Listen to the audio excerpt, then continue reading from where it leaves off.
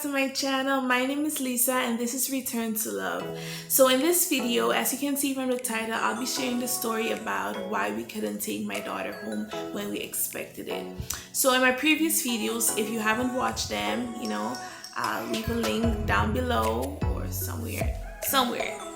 But anyway, you will see my story, my pregnancy story, my labor and delivery story, and how it was like for me and how I kind of discovered that something was wrong. So I definitely after giving birth to my daughter, it happened via C-section, and it was a whole experience. I was kind of just tired. I wasn't really paying attention to what was happening around me anymore at this point. I just wanted her out. And I think I kept saying that and I kept repeating that all the time. I just wanted her out. So by the time she got out, they took her straight to the NICU and to check what might be wrong with her, if she was okay, if she was 100%. She was born at almost 35 weeks. Yeah, a day short of 35 weeks.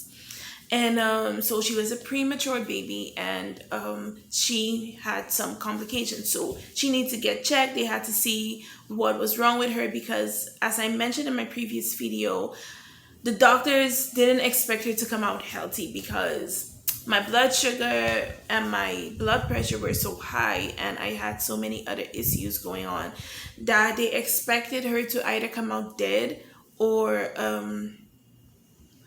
handicapped or something. So they wanted to see which of her organs had fully developed, yada, yada, yada. So I went to sleep, and when I woke up, like I mentioned in my previous video, I wasn't really even thinking about where is she, what is going on. I was numb. My emotions, my feelings, I was just numb. So after my husband mentioned like, hey, you didn't ask anything about her, you want to see pictures, he showed me a picture. I remember the only thing I said was, her hairline is far back. Yeah, that's what I said. I said her hairline is far back, and so, does she have a lot of hair? He was like, yeah, she has hair. I was just, it's the first thing I noticed. It's all I really paid attention to at that point. And she was pretty great. So she was in the NICU and they were checking her out, and actually it shocked the doctors, and it shocked the doctors and the nurses and the medical staff, because she was doing way better than they had expected. They had thought that she wouldn't have been doing this well, but she was doing way better than they had expected. So they were giving us hope and saying, she might not stay in the NICU long. You might be able to leave with her. So I need to ask my husband, but I don't really remember how many days she was in the hospital for when they told us that she'll be able to leave the next day. And I was still hospitalized myself, but as I had explained, we were in two different buildings. The NICU was in a completely different part of the hospital, almost a different building, you could say. And then I was in a different building. So I went to see her the first time we met. It was like, oh, this is my baby. And I don't know, I was just, oh, this is my baby. And only my husband and I were allowed to go in. If you guys don't know what a NICU is like, it's basically a really sterile area of the hospital where premature babies or babies who have complications stay. So other family members or relatives are not allowed to go inside, just the mother and the father. So she was there. She was a big baby because they had explained to me that she had like a fluid buildup or so. Don't quote me on this. But basically, because of my sugar, she was like swollen with fluid. So she was a big baby. She wasn't like, underweight or anything. She was a big baby. And at this point, she was cute. I liked my baby. I ain't gonna lie. It's not like I had no emotions, but I wasn't feeling that outburst of, wow, I created this baby. I wasn't feeling any of that. I was really tired. I just wanted the pain to end. I felt a lot of pain, and I was just like, okay, let's get this over with. When can I get back to life as I know it? When can I have a normal sleep pattern? When I can I, that those were my thoughts. But when the doctor told us she's doing a lot better than they had expected, she's breathing on her own, she's doing this and that on her own, I was hopeful and I thought, okay, we can probably take her home. So they said, okay, by tomorrow you can take her home again. I don't remember how much time had passed. I think it was a week after giving birth or something. I only remember that I, at that point, started to realize, like, hey, she's actually not with me and she is being taken care of by other people. I think it's only when he said she can come home that hit me crazy. That hit me at that moment. I just felt like, wait, all this time she wasn't with me. So somebody else was cleaning her, watching her. I had never before that point wondered how she was doing, if they were feeding her on time. It hadn't even come up. I was just sleeping. I was just tired. And my husband was saying she was doing okay. So I wasn't really asking questions. I don't remember what I was asking or not asking, but I don't think I knew a lot at that point. Because I remember that after she came home and people were asking me questions, I had to ask my husband everything like, oh, well, I don't know. Did she get a shot? Did she get this? Did she get that? I knew nothing. I knew nothing. I didn't know anything. I had to ask him everything. I knew nothing. I hadn't been really, attentive. I hadn't been on top of it at all. I didn't remember anything. At this point, they said, she can probably go home. So that's when the some motherly instinct started to kick in, and I thought, okay, my baby is coming home. Her nursery hadn't been completely finished as yet, but my mom and my sister, the best, together with my husband, they took care of it. They laid the last touches, asked me what I wanted in the room, everything, so I could come home and see a nice room. And I was just trying to stay in the hospital as much as possible until she would be released. I was just trying to stick around. Although I wasn't seeing her that often, I was still trying to stick around. He cleared me and he said, at 12 noon, you can go home, you can start the proceedings, blah, blah, blah, blah. So suddenly, I see my husband coming in my room and he was looking all down. I was like, what's wrong?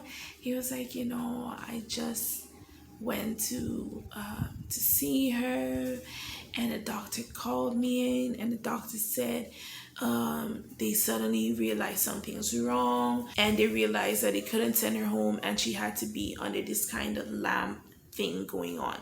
I'll insert pictures here. I was really, that's the first time I felt like, what? My baby, I want to have my baby. So I got discharged and we went over to the NICU, and I was still trying to talk to the nurses like, can't she go home? Is it really that bad? And after a while of talking to her, I realized that she was being very evasive, and I realized, nah, she's not giving me the whole story. So I rested my case. I thought, my husband started telling me, it's best she stay here and they can watch her. Then we take her home and something happens. If she's not okay, let her stay. So that's what we did. But after we left, I felt crushed. That's the first time. Every day I had been checking in on her. I never breastfed that entire period. She was just getting a bottle. They were feeding her. And in the NICU, she wasn't allowed to wear her own clothes. They have these hospital clothes that are sterilized, so even for the babies. So she wasn't allowed to wear her own clothes. She was wearing their clothes. She was getting their bottles. Only thing we were allowed to bring were her diapers, her wipes, and things to bathe her with. So I was so devastated when I thought she was coming home and she wasn't. So that day, driving home, I had an entire meltdown in the car. My husband was driving and I was just bawling, screaming, crying. I was just screaming. I was so sad. I couldn't believe it. She wasn't coming home. I started to worry. I just started to worry at this point. What's wrong with her? Is she ever coming home? And at that point, it was really devastating. I came home that night. I went in her room. I slept on the bed, and I basically cried the entire day. I basically cried the entire day because we couldn't take her home. And I didn't know how I was feeling. I felt so disconnected, but still so sad. It was a lot of emotions that I was feeling. I couldn't deal with it, and I was just so sad. My breast milk wasn't coming at all because my mom was like, you need to start pumping, you need to start breastfeeding her, and nothing was coming out. I was just overwhelmed.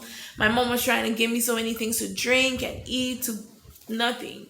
I was just lying down on that bad bed feeling like a complete failure, and I finally started to realize, like, she wasn't with me. The sense of she's not with me. I remember telling my husband that day, he was like, why are you crying? I was like, because she's not in me, but she's also not in my arms. She's nowhere. She's just not around. And I went to bed, and the next day I went to see her. And it was really hard going to the hospital because every time you go in a pothole, when you have a C-section, you still have a lot of pains. But when I went to see her, I started to calm down a bit, and I started to feel better. She looked like she was a fighter and that she was definitely going to make it. And I remember one time going home after visiting her, and my husband and I were walking past the morgue. That's what you call it. Yeah. Where they keep the dead people and so. So we passed that section of the hospital, and people were screaming, and we literally looked at each other like, that could have been us. It's not us. And we should be really, really thankful to God that He kept her alive. Even though she's not coming home with us yet, we should be really thankful that He kept us alive. Let me tell y'all, I have so much to tell you about our journey. God, if I can write a book about all the miracles. God did miracles. God consistently did miracles for us and for Jasmine Sarai. And I just can't wait to share all of it with you to strengthen your faith. In case you're worried, in case you're wondering, God can still do everything. He can do everything that you expect, everything that you hope, everything that you wish. He can do it. He might not always do what we want, and that's where faith really comes in, and trusting Him. But He does what is best for us, and that journey was really tough, but I'm here to share it with you guys to encourage you. If you're going through it, if you're lost and lonely, and if you're misunderstood, I just want to encourage you guys and let you know that definitely things get better.